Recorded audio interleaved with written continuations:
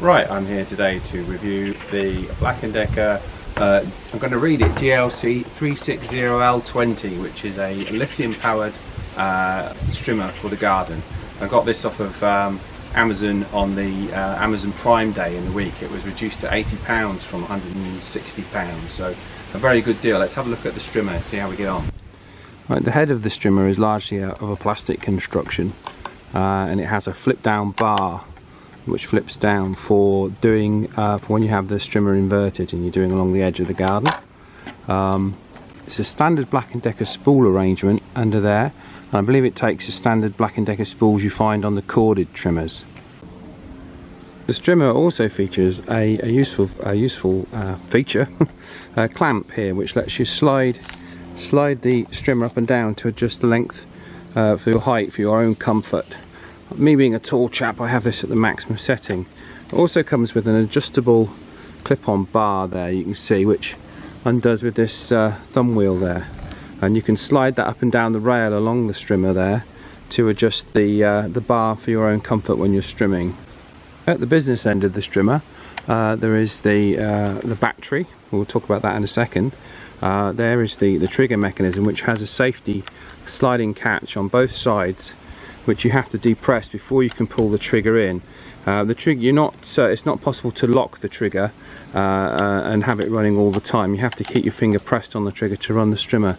On the top here, there's a little dial which you can adjust, which adjusts the speed of the trimmer and hence the power that it will use. So if you've got particularly long grass, you switch it to turbo, and you can adjust it on a variable setting all the way down to eco, which slows the trimmer down. The battery pack, this is a 36 volt 2 ampere hour lithium battery pack, and it comes with a rather useful battery gauge on the top there, and you can quickly see at the press of a button the state of charge of the battery there. The battery unclips simply by releasing that latch, and simply slides off the back, and you can see the terminals there. And it's not too heavy a battery, actually. It's quite reasonable for a power tool this size. Okay, the battery there just sits down into the charger like that, nice and easy, just clips in. I haven't actually got this plugged in at the moment.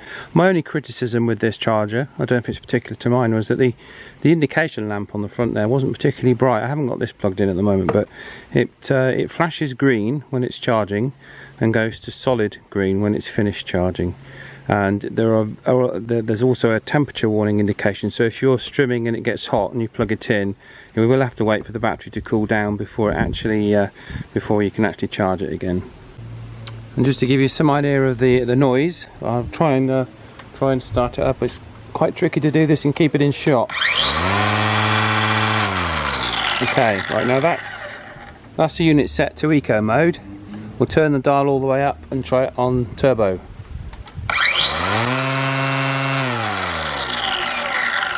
And I think turbo mode will be the mode I leave it in. I haven't got a particularly big garden. Let's go and see how we get on.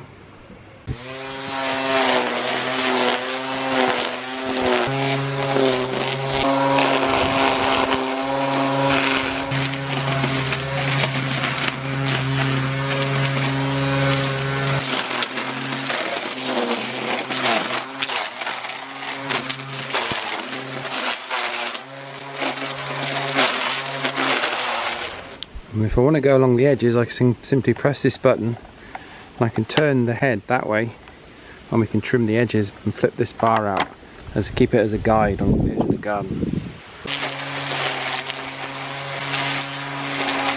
I'm pretty impressed with the GLC36 strimmer, the 2 ampere hour strimmer. I mean, that little strimmer in the garden didn't use any of the battery, still all full bars. I haven't got a particularly big garden, but still I think that was pretty good. And here's an example of that sliding mechanism.